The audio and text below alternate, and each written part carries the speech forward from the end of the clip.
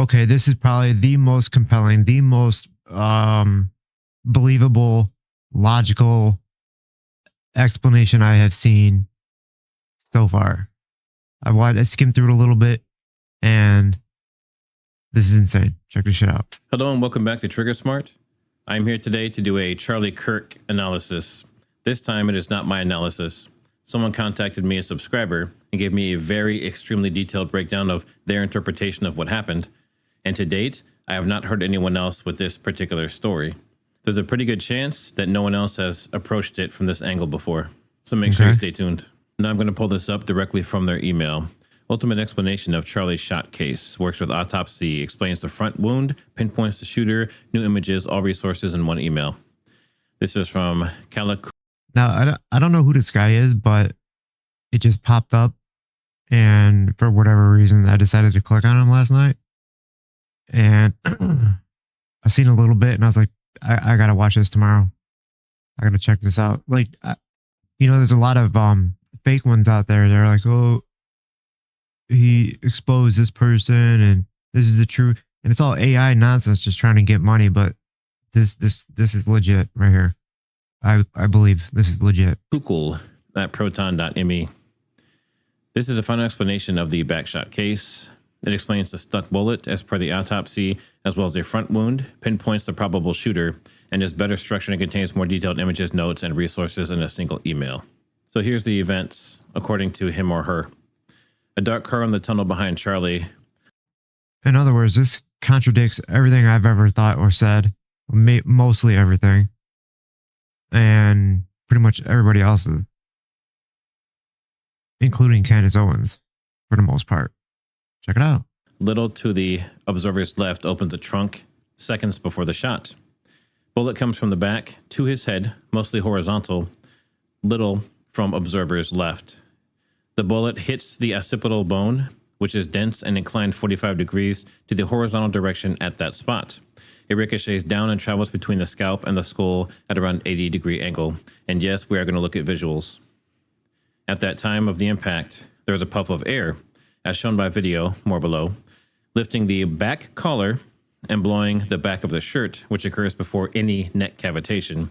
So he's talking about when the shirt in the front goes up, and then also it looks like a big puff of air, or maybe if the bullet actually went through and hit in the back, and that bulges out as well. The air gets trapped under the shirt and spreads.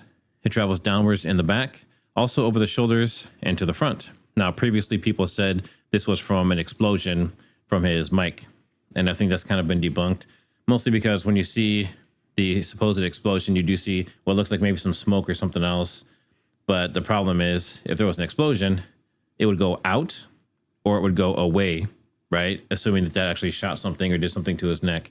Yeah, so that's kind of been debunked just from that point of view. Number 6, the bullet starts damaging vertebrae processes at C2, bounces off a vertebrae around C5, damages the rest of the cervical vertebrae through C7, and stops between T1 and the skin, which is in line with the leaked autopsy. The bullet traveling down the neck is causing cavitation and rapid neck swelling, which we did see. So in a lot of the shots, you see that the neck and the head actually both seem to swell pretty significantly, which lengthens the necklace, yanking its front upwards. That whips across pendant violently towards Charlie's front side of his neck, apparent by the momentary spike on the shirt on many videos, and we'll see that here in a minute. The cross pendant causes the widely observed front wound, which is much larger than an entry from a clean bullet. So a lot of people said this looks like a typical exit wound. Many thought it was an entrance wound. This person is saying that the pendant, which we'll get to this, the pendant, when the shirt goes up, it's the pendant that goes into his neck and then possibly even comes back out. Can we see that? In other words, what he's saying is it happened so violently and so quickly that the charm, or as he calls the pendant on his necklace, is what created the hole in the front of his neck that everybody thinks is a bullet hole. What he's saying is not in fact a bullet hole, but a stab wound, essentially, from his charm or pendant, whatever was on the end of that necklace. This in slow motion. I don't know. I haven't looked through all the videos yet, so let's do this together. The chain breaks in the front, and therefore it flies to the side and backwards, probably yanked the pendant out of the wound again, further enlarging the wound, turning it into both an entry and exit wound, which might explain the way that it looks. It doesn't look like a typical gunshot exit wound. Typically, it'd be much bigger, a lot more damage. The vein trunk is closed again right after the shot. All right, so now according to this person, basically what's happening is there's someone behind Charlie, behind the stage, at a certain angle, which we'll see in these images coming up. And they took a shot and hit him from behind, and then it bounced around in those vertebrae, and the impact and the way it hit in the cavitation of his neck from the bullet going down, that bulged everything. And then part of that also was making his shirt come up, and then it whipped his pendant into his neck.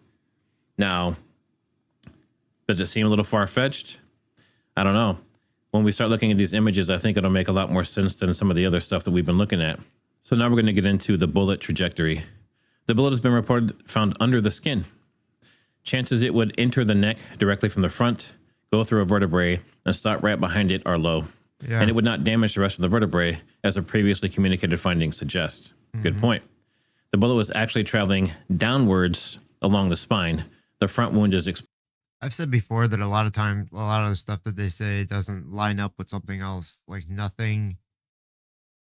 Like I watched a lot of different creators, a lot of videos, and this person will say a bunch of shit, and I'm like, oh yeah, that makes sense. But then it conflicts or contradicts the next person, and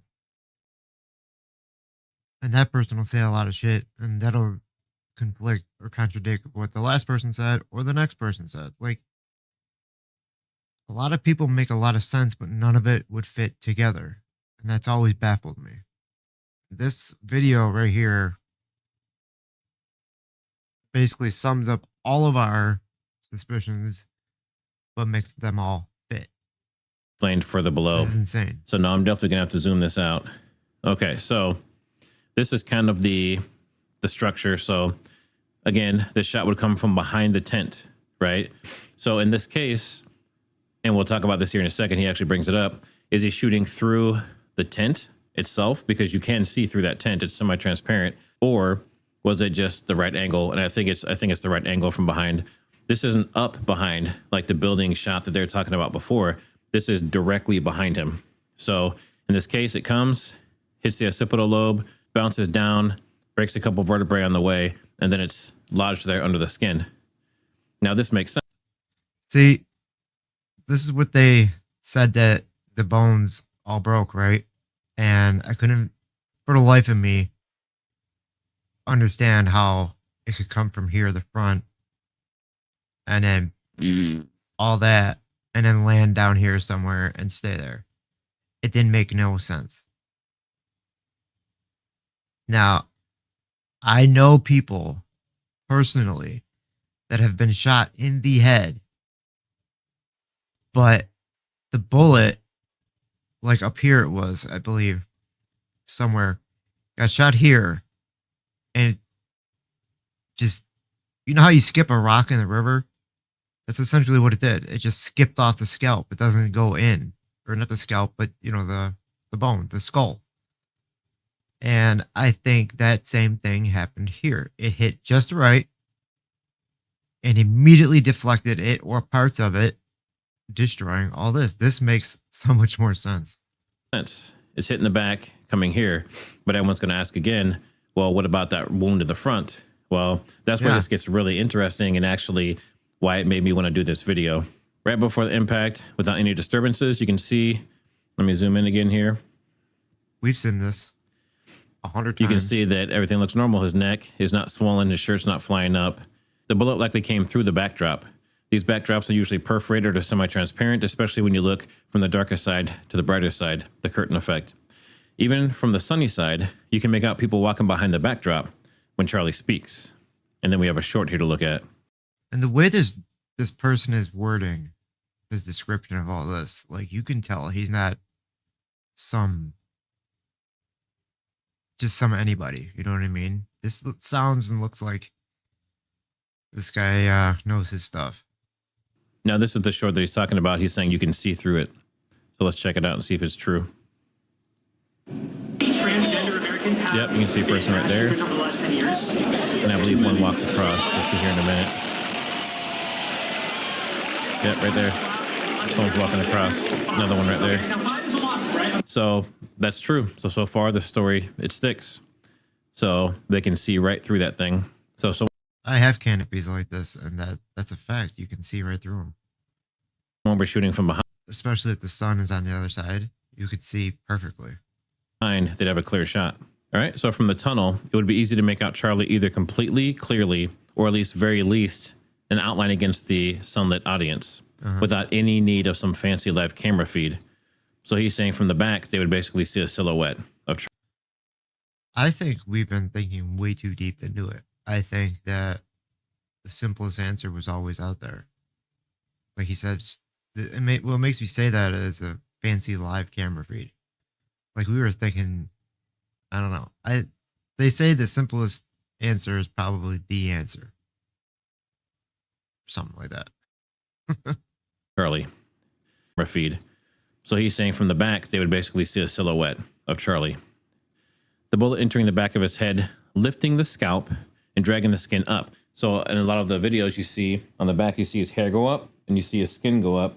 And people are saying that's because he was shot supposedly from the upper right behind, which makes no sense if this is all going up.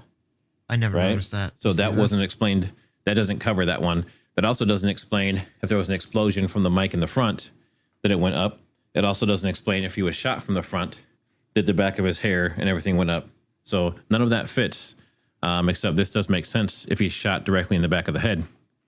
The bullet entered the back of the head, as apparent from his hairline, drags the skin up and away. The bullet is now traveling under his scalp. Now remember, the coroner, or from the autopsy, found the bullet under his skin. So the scalp is firmly attached to the skull. Therefore, decapitation in that area can be smaller and more rapid than in the neck. Mid-air bullets don't usually create any air turbulence, but the impact and rapid change of direction made that happen. Also, the bullet might have started to tumble when going through the backdrop, which added to the effect, and that's true. So say if it was a AR-15, because I know this wasn't a 30-06, no matter what angle it was shot from, it would have probably exploded his head. Not to be too graphic. Right. But you can see here very clearly compared to that earlier picture. So I never noticed that. It's basically a straight line, right? No cavitation. You come down here. We're looking too deep into it. You can see clearly, I mean, all of his hair and his skin and everything is sticking out there. There's a lot of pressure and also a lot of pressure here. So it seems as though something came in from this direction and hit very hard. Now, remember, if it came from this direction, it also hit the vertebrae. That would explain the seizing and things that he did as well, because it would have immediately incapacitated his spine. The puff of air gets trapped under his shirt, like I've said, traveling away from its source down, and also spreads around the shoulders to the front, which makes sense because the air would get trapped inside of his shirt and it would have nowhere to escape, so it would move around. Okay. The cavitation occurs in his neck, and the neck expansion whips the necklace up violently. It breaks and flies backwards. So you can see that here. A lot of people said it was his earpiece. He didn't have an earpiece. Now, not at all. From this picture, I can't definitively say if this is an earpiece or a necklace. I do know that these earpieces were supposedly clear. So I'm not sure how well you would see it, or if you would see it this well like you do here. But this person is saying that the expansion... I've seen clearer, more lit up side profiles of him in this position, in this chair. He absolutely did not have an earpiece in. No way. That's his necklace. Whips the necklace up violently and it breaks and flies backwards. Now there's a source on that. Tremendous kinetic energy, and yet he doesn't seem to be moving backward. What I'm saying is something with barely enough kinetic energy to penetrate his neck hit him. And just like when you throw a baseball at a bed sheet, it creates. I never looked here. Unfortunately, this app doesn't give me precise control of frame by frame. Look at that. I never looked right there. One frame. Let me see if I can go back one frame here. Now, see all of this here, whatever that is. This is insane. Like they're saying, most likely his necklace. You'll see the frames before. There's no earpiece. I mean, look, there's the earpiece is clear, granted, right? Supposedly, but if you look here, I mean, I can't. Can I zoom in on this? Let me see if I can zoom in on this. Yeah, I can't really zoom. It looks like from where I'm sitting, There's nothing on his ear. There's nothing in his ear. There's nothing coming down from the side of his head. There is Right. no earpiece. No. Okay, so now he's I know talking about that. that bullet again coming from the back and hitting him in the back of the head, right? In the occipital lobe, which explains this sonic shockwave or whatever you want, whatever the I wonder if that's his hair or his flesh. Now, flesh is way more malleable than you would assume. So this could be like his scalp rippling up because he has shorter hair, right? Looks like he just got a haircut, maybe. And you can see all the swelling here and the flesh moving forward. I believe it was like right here, and this is a ripple effect. Imagine throwing a rock into the water and the ripple, and the ripple, and the ripple, ripple. That's the first ripple. Dude, this is insane. technical term is for that. You can see all the skin and everything cavitating, moving, and Yeah. expanding, and then you see pressure in his shirt. Now, if he got shot from the front and went through his neck, that doesn't explain any of this. If he got shot from the upper right, Yeah, I behind don't his think that would ear, happen. and it came out through the other side, like the shooter up on the building, What I that doesn't originally explain thought. this. If it was the explosion in the front from the pager or from the mic 2, the DJI mic 2, that doesn't explain this either. No. So none of those other options explain this. See, I was saying like nothing ever fits each other, but this all seems to fit everything. This is crazy. This is absolutely crazy. Brain. Well, again, I'm not a neurosurgeon. I'm just saying I feel like his brain is back here. And if something hits him right back here, it's more likely to damage his brain than this thing bouncing off of his chest and exploding and doing all these crazy things you're talking about. So I think this is a pressure event at the back of the shirt. Yeah. And his hair I agree. flips up. And then in the next frame of this, the hair has relaxed as if there's been some really And there you can see acute the chain. action The ripple right there came at down. the back of his head. The thing is now through his neck, disrupting the shirt. Go watch slow-mo videos of people getting hit in the face or hit in the gut with things like super slow-mo, and you'll know exactly what I'm talking about. And he's over. He's dead by here. His arms are up. His brain has been damaged. So as you can see there, there's Look at clearly look at not his- an earpiece. Yeah, look at his whole hairline. I mean, yeah, if there is, it's the clearest earpiece I've ever seen, and you can't see anything on his actual ear. But when this shot happens, you can see something clearly go up, which everyone's saying here is the chain. All right, so up to this point, they're saying he got shot from behind in the back of the head through the tent because you Yep. can see through it, as we've proven. And then he got hit in the back of the head and the chain went up, not an earpiece. And the way the back of his head cavitated and the shirt cavitated, none of the other methods explain that except being hit directly in the back of the head. That also explains him seizing instantly. Now let's keep going. This is the part where it gets really interesting to me. This is what made me want to do this video, because I was like, so if this is all true, how do you explain the wound in the front? Charlie was wearing a cross pendant on his neck. You can see the outline under his shirt in the following photo. So you can see very clearly yep. where this blue arrow is. There's see a it. pendant there, and you can see his necklace leading down on both sides, coming to this pendant. So this By the way, where's the body armor everybody was talking about? See, there's a nipple. There's another nipple. Anyway, is what's supposedly going to be the object that causes the issue. The cross pendant he had on the neck gets yanked up by the necklace due to the neck cavitation towards the front of Charlie's neck, this dragging the is shirt heartbreaking. with it, causing the large wound under the shirt. When he's saying under the shirt, he's talking about when the shirt goes up. So when the shirt goes up, the pendant goes up, and he's saying, well, we'll get to it. The necklace probably yanks the pendant out again as the necklace flies backwards, worsening the wound. So what he's saying in this instance is that the shirt comes up, the pendant comes with it. The pendant is what sticks him in the neck. And that's why you see such a strange looking exit wound or whatever you want to call it. And a lot of people were trying to explain this based on the, earlier when some people were saying he had body armor and it bounced off, and maybe that deformed the bullet or something because it's such a strange wound. But this kind of would explain that. If that pendant goes up into his neck, and also in this case, possibly getting yanked out, that would explain why he had some blood initially kind of spray and then just kind of drip down. Also, the fact that he got hit directly in the vertebrae, severed his spine, would have stopped his heart, so there wouldn't be blood constantly pumping out. I'm not entirely sold on the whole pendant thing. But what else do we have after the rest of these explanations, right? Like, the only other thing I can come up with is when it did hit the skull and bounce down, that the round broke apart and some of it fragment busted through the front somehow. Outside of that, I have no other explanation. If all this is fact, and I'm gonna say this is very hard to dispute when you see it all. And again, I apologize if it's kind of graphic. I'm not going to show any of that stuff. So you can see here, this would be when the wound is created. See if I can zoom in a little bit here. So this would be when the wound's being created under the shirt, right? And then when the shirt comes back down, then it exposes the wound.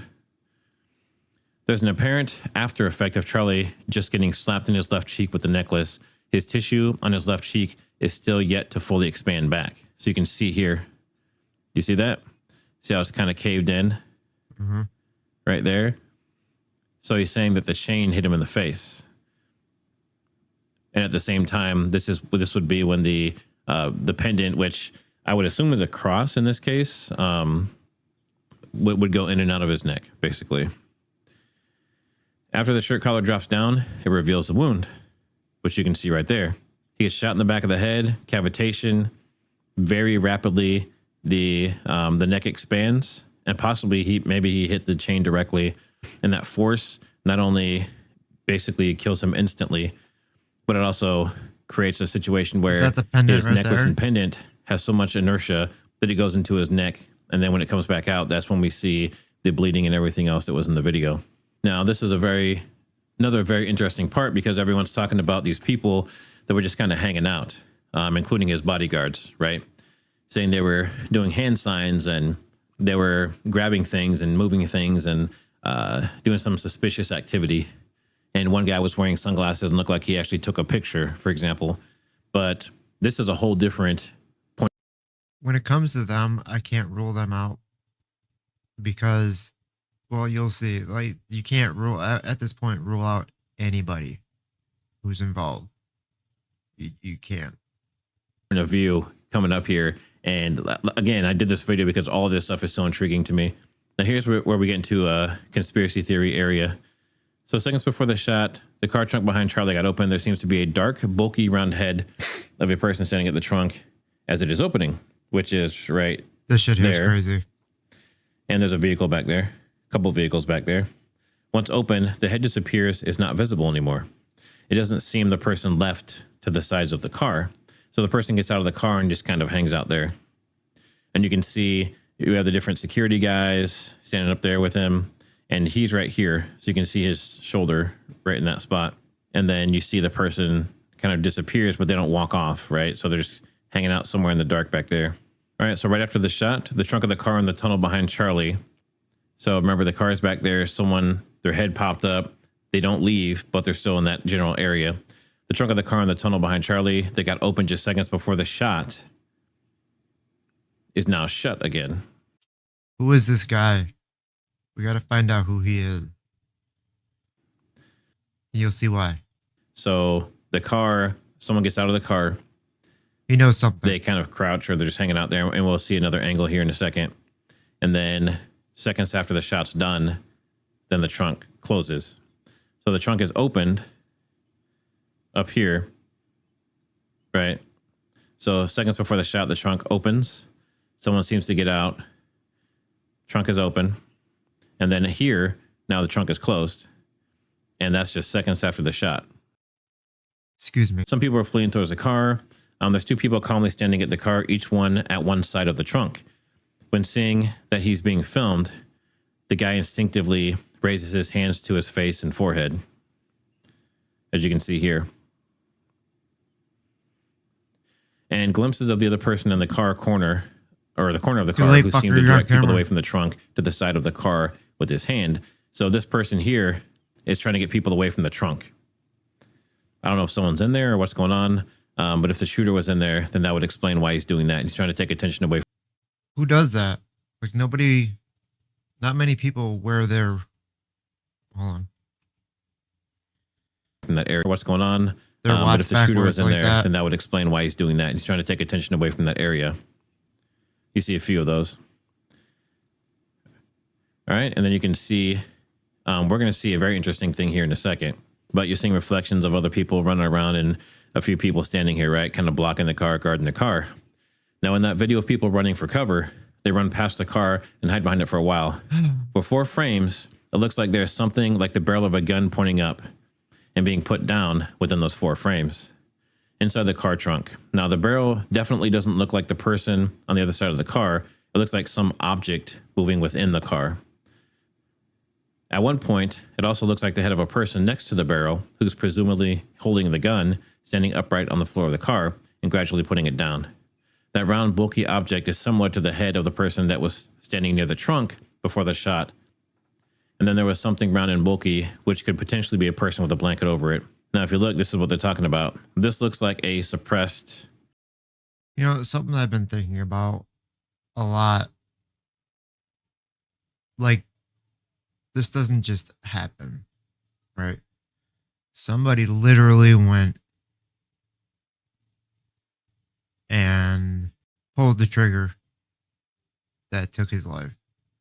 No matter where it came from, somebody did it. And that bothers me. Like, there's a human being out there that knows they ended this man's life. I don't know. I think too deep on things sometimes. Some sort of suppressed firearm through the window here, right? And if I keep going down, here's a little bit better shot. So you see kind of a figure in here. And then you see what looks like, to me, looks like some sort of short AR-15 or something similar. It looks like it could be suppressed. Looks like it has handles and other things on it, maybe light. But some form of rifle possibly here, and then a person. And that's what they're saying here. And you can see it again there. This is the 4th frame, and you can clearly see a person sitting there inside that vehicle. Another shot. And then this is the person. You can see the seat, and then you can see hair. I can tell you who that's not. Kind of their head area right here. So you have people outside the car that's trying not to prevent Tyler Robinson people from looking inside the car and being near the car. And then you have someone clearly in the car that looks like they have a firearm sitting with them in there. And this was just seconds after the shot. And this would explain the little kitty diddler, the PDF file, grabbing all the attention away from there. Or anywhere, to be honest. But to pull all the attention to him.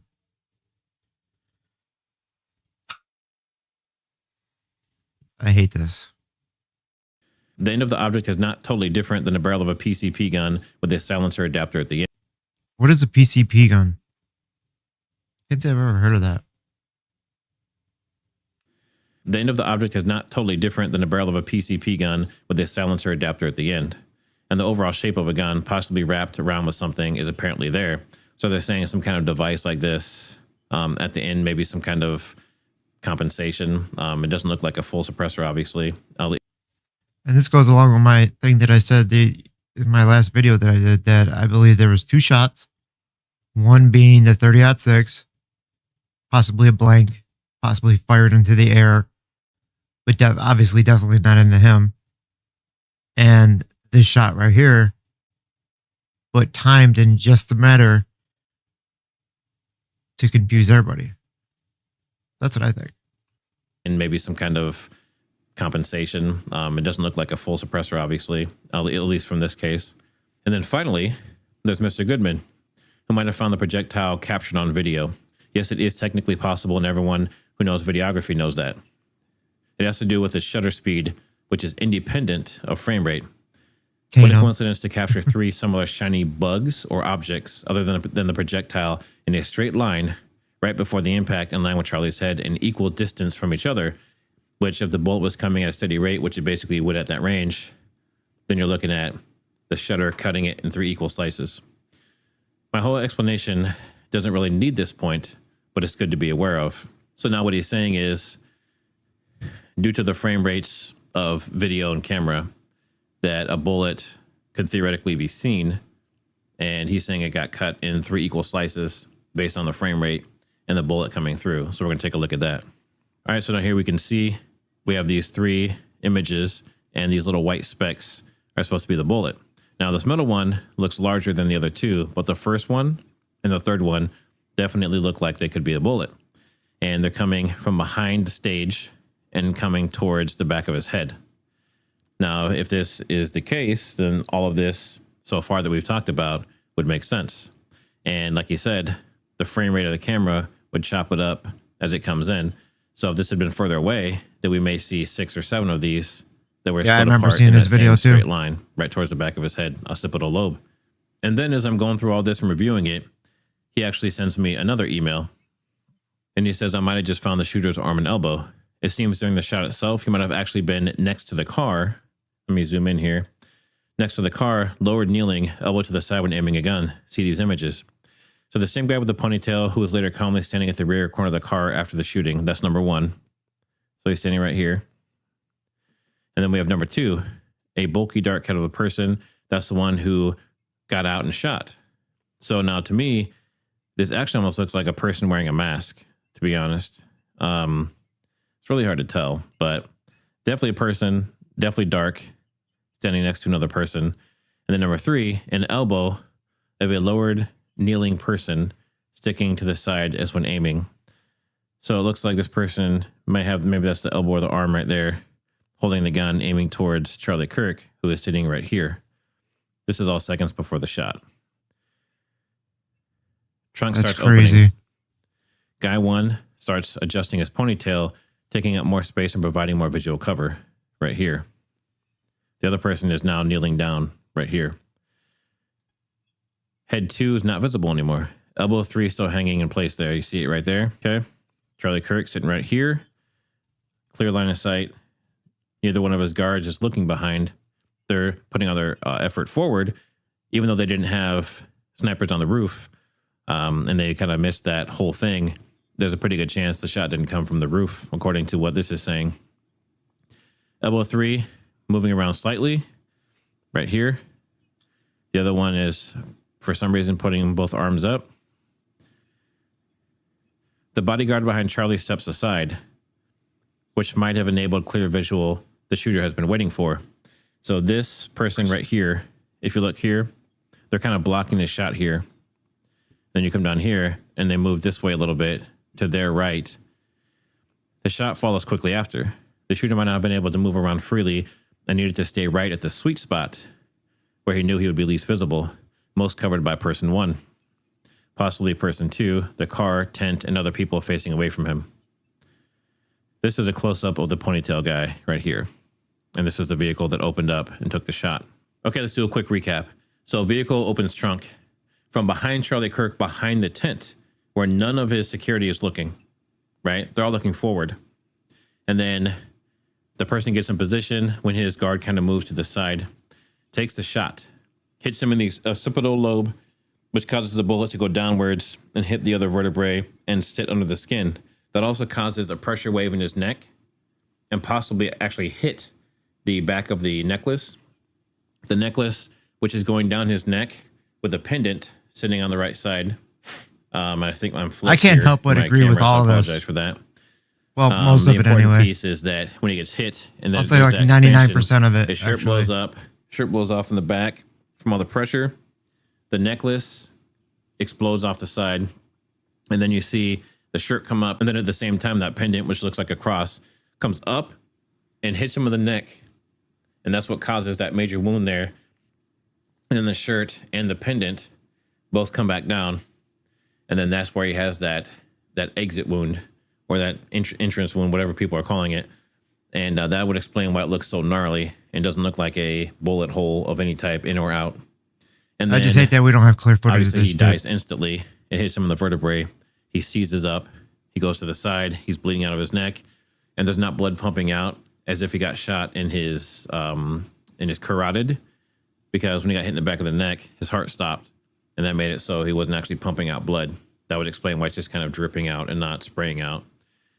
So seconds after that, then you have the back of the vehicle closes, And you can see for multiple frames, 4 frames, that there's a person, or looks like a person in the vehicle. Clearly you can see their head, and you see what looks like a gun sitting in their lap for 4 frames. Yeah. And then you see people trying to distract and get people away from the back of the vehicle, including the guy in the ponytail. And then obviously Charlie Kirk was dead at that point.